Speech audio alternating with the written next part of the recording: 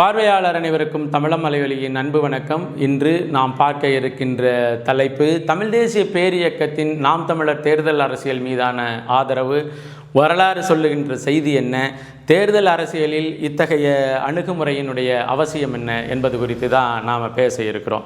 இன்றைய காலகட்டத்தில் தமிழகம் முழுமைக்கும் பேசப்படுகின்ற ஒரு செய்தி என்னென்னா, இந்த கட்சி இந்த கட்சியோட கூட்டணி, இந்த கட்சி இத்தனை இடங்களை கேட்கிறது, இந்த கட்சி இந்த தொகுதியில் போட்டியிடப் போகிறது அப்படின்னு அங்கு இங்கு என்று எனாதபடி எல்லா இடத்திலையும் தேர்தல் ஜனநாயக திருவிழா என்கின்ற திருவிழாவிற்கு தயாராகி கொண்டிருக்கின்ற இந்த காலகட்டத்தில், இந்த நேரத்தில் நாம் தமிழர் கட்சி கடந்த 21ஆம் தேதி மாற்றத்தை விரும்பும் மக்களின் மாநாடு என்கின்ற வரலாற்று சிறப்புமிக்க ஒரு மாநாட்டை நடத்தி, அந்த மாநாட்டு மேடையிலேயே 234 தொகுதிக்குமான நாம் தமிழர் கட்சியினுடைய வேட்பாளர்களை அறிவித்து, சரிபாதி ஆண் பெண் என்ற நிலையில் 117 ஆண் வேட்பாளர்களையும் 117 பெண் வேட்பாளர்களையும் அறிவித்து தன்னுடைய தேர்தல் வேலையை தொடங்கி அந்தந்த தொகுதியில் வேலையாளானது போய்கொண்டிருக்கின்றது.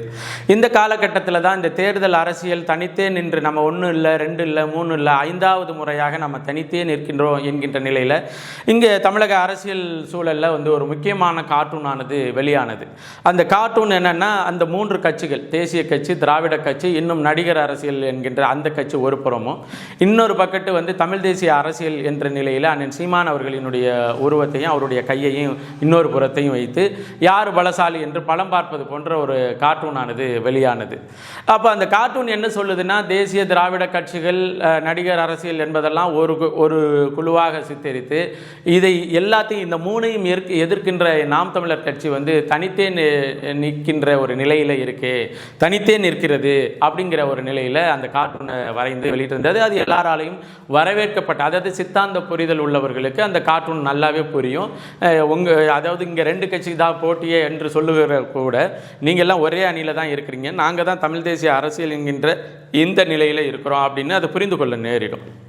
இந்த நிலையில் தான் தமிழ் தேசிய பேரியக்கத்தின் சார்பாக 10வது சிறப்பு பொதுக்குழு கூட்டமானது நேற்று நடந்து முடிந்திருந்தது. அந்த பொதுக்குழுவில் வரலாற்று சிறப்பு மிக்க ஒரு தீர்மானத்தை தமிழ் தேசிய பேரியக்கமானது இயற்றி அதை வெளியிட்டிருக்கின்றது.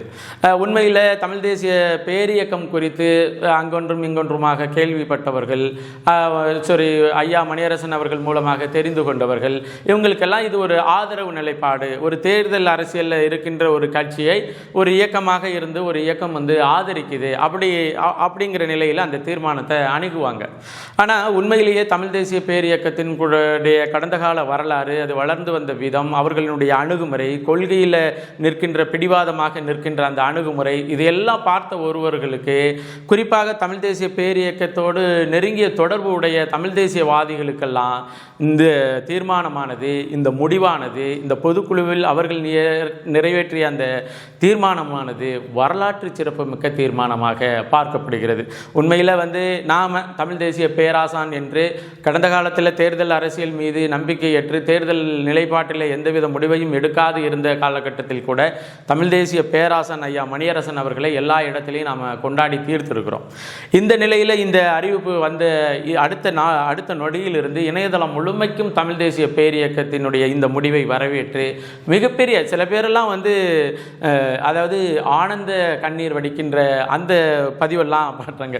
அதாவது சொல்கிறதுக்கு ஒன்றும் இல்லை, மிகப்பெரிய நம்பிக்கையோடு பார்க்குறோம் அப்படிங்கிற நிலையில் மிக பரவலாக யாரும், அதாவது தமிழ் தேசிய அரசியலை, தமிழ் தேசிய தத்துவத்தை, தமிழ் தேசிய அரசியலினுடைய வெற்றியை விரும்புகிற எவரும் இந்த தீர்மானத்திற்கு எதிராக ஒரு சின்ன கருத்தை கூட சொல்லலை. ஏன்னா இது ஏன் அந்த அளவுக்கு நாம் பார்க்குறோம், அப்படி அந்த அளவுக்கு இந்த தீர்மானத்திற்கு முக்கியத்துவம் கொடுத்துருக்குறோம் அப்படின்னு சொன்னால், இப்போ தமிழ் தேசிய பேரியக்கத்திற்கு தமிழ்நாடு முழுமைக்கும் ஒரு 10% வாக்கு சதவீதம் இருக்குது, அந்த ஓட்டெல்லாம் நம்ம அறுவடை செய்திடலாம், அதன் அடிப்படையில் நம்ம வெற்றியை நோக்கி கடந்துடலாம், வெற்றியை பெற்றுவிட்டோம் அப்படிங்கிற நிலையில் இந்த ஆதரவை நம்ம கொண்டாடி தீர்க்கல. மாறாக இந்த தமிழ் தேசிய பேரியக்கத்தையும் நம்ம தமிழ் தேசிய அரசியலின் வடிவமாக இருக்கின்ற நாம் தமிழர் கட்சியையும் தனித்தனி நிலையில் வைத்து கடந்த காலத்தில் திராவிடர்கள் கையாண்ட அந்த சூது உரையாடல்கள் இருக்கு இல்லையா, அந்த உரையாடலை முறித்த ஒரு பெருமைக்குரிய தீர்மானமாக இதை பார்க்க நேரிடுகிறது. ஏன்னா மாற்றத்தை விரும்பும் மக்கள் மாநாடுங்கிற ஒரு வரலாற்று சிறப்பு மிக்க மாநாட்டை நடத்தி முடித்த பிறகு விகடன் நடுப்பக்கத்தில் சாதித்து காட்டிய காட்டிய சீமான் அப்படின்னு எல்லாம் சொல்லி பேசிட்டு இந்த மாநாடு குறித்து ஒரு விமர்சனத்தை வைக்கும் பொழுது, இந்த மாநாட்டில் பேசுவதற்கு ஐயா மணியரசன் அவர்கள் அழைக்கப்பட்டதாகவும், மணியரசன் அவர்கள் இந்த மாநாட்டில் நீங்கள் தேர்தல் அரசியலில் இருக்கிறீங்க, அதனால் இந்த மாநாட்டில் நான் கலந்துக்க முடியாது என்று மறுத்ததாகவும் செய்தி வெளியிட்டிருந்தது. உண்மையிலேயே அண்ணன் சீமான் அவர்கள் விரும்பினாங்க, நீங்கள் வாங்க, நீங்கள் எங்களுடைய அரசியல் நிலைப்பாட்டை ஆதரித்து பேச வேண்டாம், தமிழ் தேசிய அரசியலை குறித்து நீங்கள் பேசிட்டு போங்கன்னு அண்ணன் அழைத்தது உண்டு. ஆனால் ஒரு இயக்கமாக இருக்கிறவர்கள், ஒரு தலைவராக இருந்த பொழுதும் ஐயா மணியரசன் அவர்கள் ஒரு தனி முகமாக, அந்த தமிழ் தேசிய பேரியக்கத்தினுடைய தனி முகமாக ஐயா மணியரசன் அவர்கள் தெரிந்த பொழுதும், இயக்கத்தில் இருக்கிற அவங்க இயக்கத்தோடு இருக்கிற மற்ற தோழர்களினுடைய கருத்தை கேட்காம ஒரு தேர்தல் அரசியலை முன்னெடுக்கின்ற, ஒரு தேர்தல் நிலைப்பாட்டில் இருக்கின்ற ஒரு மேடையில் நாம் போய் நிற்கிறது சிரமம் அப்படிங்கிற நிலையில் ஐயா கருத்தை பதிவு பண்ணியிருந்தாங்க. ஆனால் ரொம்ப காலமாக இந்த நிலையை, இந்த முடிவை, தேர்தல் அரசியல் நோக்கிய பயணத்தில் நீங்கள் தேர்தல் அரசியலில் நேரடியாக ஈடுபடாவிட்டாலும் தமிழ் தேசிய அரசியலினுடைய போக்கில் தேர்தல் அரசியலை கொண்டிருக்கின்ற நாம் தமிழர் கட்சியை ஆதரித்து நிற்க வேண்டியது தானே என்ற நெடுநாளைய கேள்விகள் எல்லோரையும் போல அங்கே இருக்கின்ற தோழர்களுக்கும் அங்கு இருக்கின்ற அந்த முக்கியமான பொதுக்குழு உறுப்பினர்களுக்கும் இருந்திருக்கிறது. அதில் ஒரு பெரிய வியப்பு ஏதும் இல்லை. இப்போ இந்த நிலையில் தான் 10வது இந்த சிறப்பு பொதுக்குழுவில், அந்த பொதுக்குழுவை பொறுத்தவரையிலும், அந்த இயக்கத்தை பொறுத்தவரையிலும் ஒவ்வொரு 3 வருடத்திற்கும் அந்த பொதுக்குழு உறுப்பினர்கள் புதிதாக தேர்ந்தெடுக்கப்படுவார். இப்போ ஐயா மணியரசன் அவர்களே இந்த பொதுக்குழுவில் புதிய உறுப்பினராக தான், ஏன்னா 3 வருஷத்துக்கு தான் ஒரு பொதுக்குழு உறுப்பினருக்கு ஆயுள் காலம். அந்த ஆயுள் காலம் முடிஞ்ச பிறகு யாராக இருந்தாலும் அவர்களுடைய பொதுக்குழு உறுப்பினர் என்கின்ற பதவியை இழக்கணும். அதன் பிறகு மறுபடியும் பொதுக்குழு உறுப்பினராக தெரிவு செய்யப்படணும். அப்படி தான் அவங்களுடைய தமிழ் தேசிய பேரியக்கத்தினுடைய பொதுக்குழு உறுப்பினர் தெரிவு முறை வைக்கப்பட்டிருக்குன்னு வச்சுக்கோங்களேன். அப்போ அந்த முறையில் புதிய பொதுக்குழு உறுப்பினர்கள் தெரிவு செய்யப்பட்ட பிறகு நாம் தேர்தல் அரசியல் குறித்த நிலைப்பாடை நம்ம எடுக்க வேண்டும் என்கின்ற நிலையில் தான் அவங்க இப்போ ஐயா மணியரசன் அண்ணன் சீமான் மீது மிகப்பெரிய அன்பும் பாராட்டும் வைத்திருக்கிறார். அண்ணன் சீமான் அவர்கள் ஐயா மணியரசன் மீது பேரன்பு வைத்திருக்கிறார். தன்னுடைய தந்தைக்கு நிகராக அவரை கொண்டாடித்து இருக்கிறார் என்பதற்காக இந்த முடிவு எடுக்கல.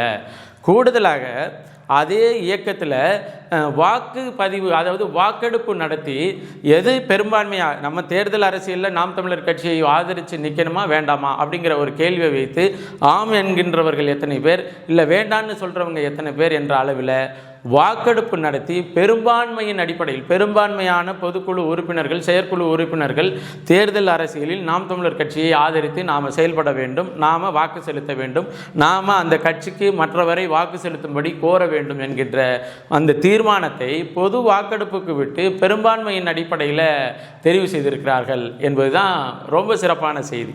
ஏன்னா இங்கே அவர் ஒரு முடிவை வெளியிடுவார், திராவிட இயக்கங்கள்லாம் அவர் ஒரு முடிவை வெளியிடுவார், இவரோட முடிவை வெளியிடுவார், அவருடைய என்ன சொல்கிறது, தமிழர் தலைவர் வீரமணி கொடுத்தது தான் இறுதி முடிவு அப்படின்லாம் பேசுகிற இந்த காலகட்டத்தில் அங்கே இருக்கிற எத்தனை செயற்குழு உறுப்பினர்கள் இருந்தாலும், எவ்வளவு மூத்த தலைவராக இருந்தாலும், அவர்கள் எல்லாரும் ஒரு ஜனநாயக முறையில் இந்த முடிவை எடுத்து இந்த முடிவின் அடிப்படையில் அந்த கருத்தை வெளியிட்டிருக்கிறாங்க.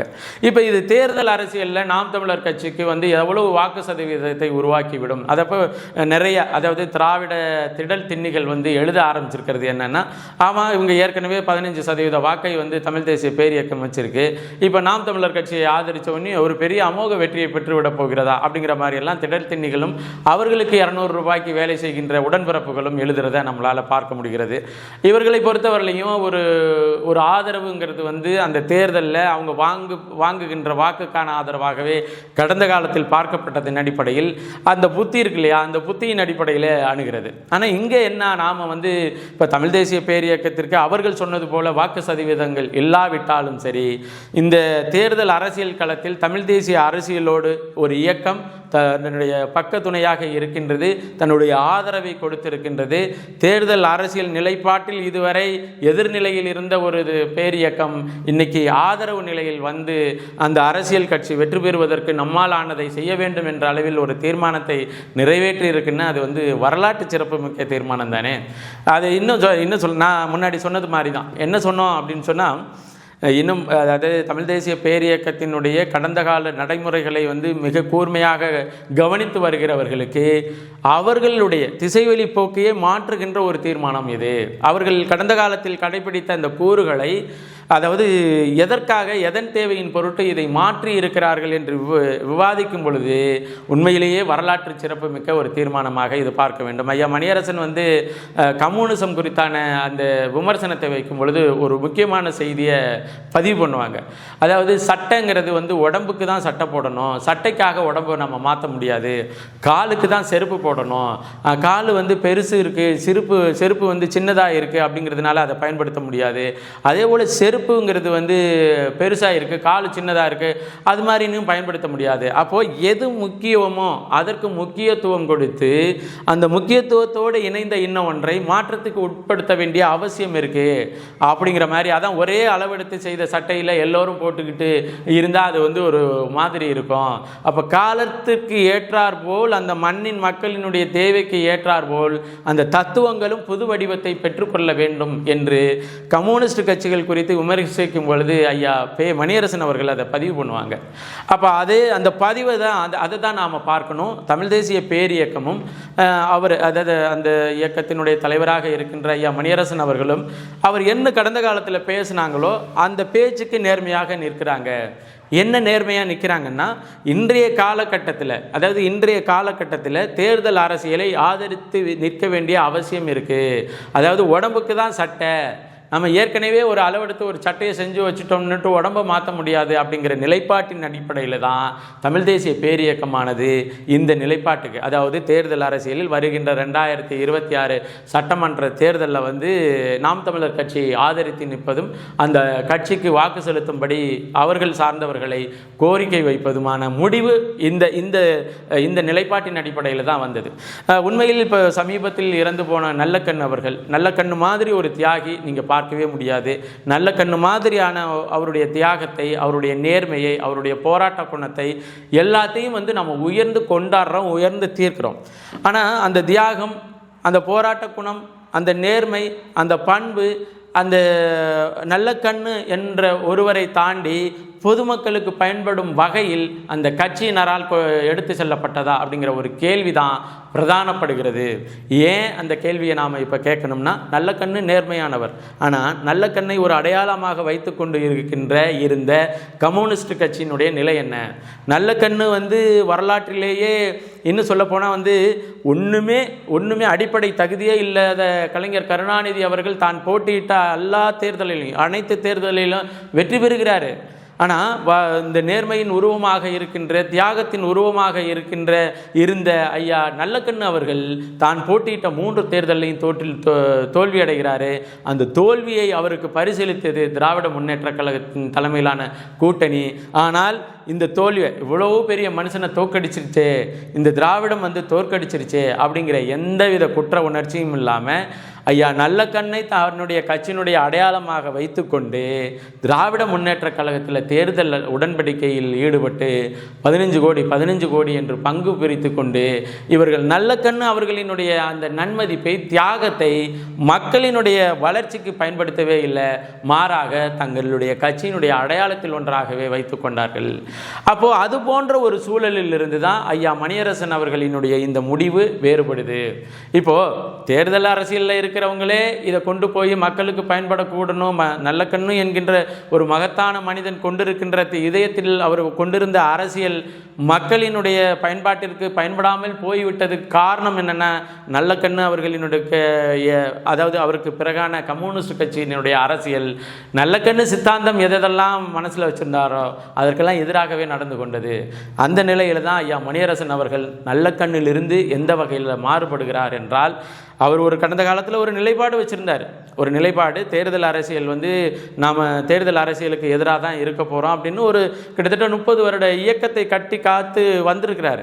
ஆனால் இந்த காலகட்டத்தில் இந்த இயக்கமானது எவ்வாறு மக்களினுடைய உளவியல் சிந்தனைக்கு பயன்படும் என்கின்ற முடிவை நோக்கி நகரும் பொழுது, இன்று தமிழ் தேசிய அரசியலின் வடிவமாக இருக்கின்ற நாம் தமிழர் கட்சியை ஆதரித்து நிற்பதுதான் அறம் சார்ந்த ஒரு அணுகுமுறை என்று அவர் முடிவெடுக்கிறாரு.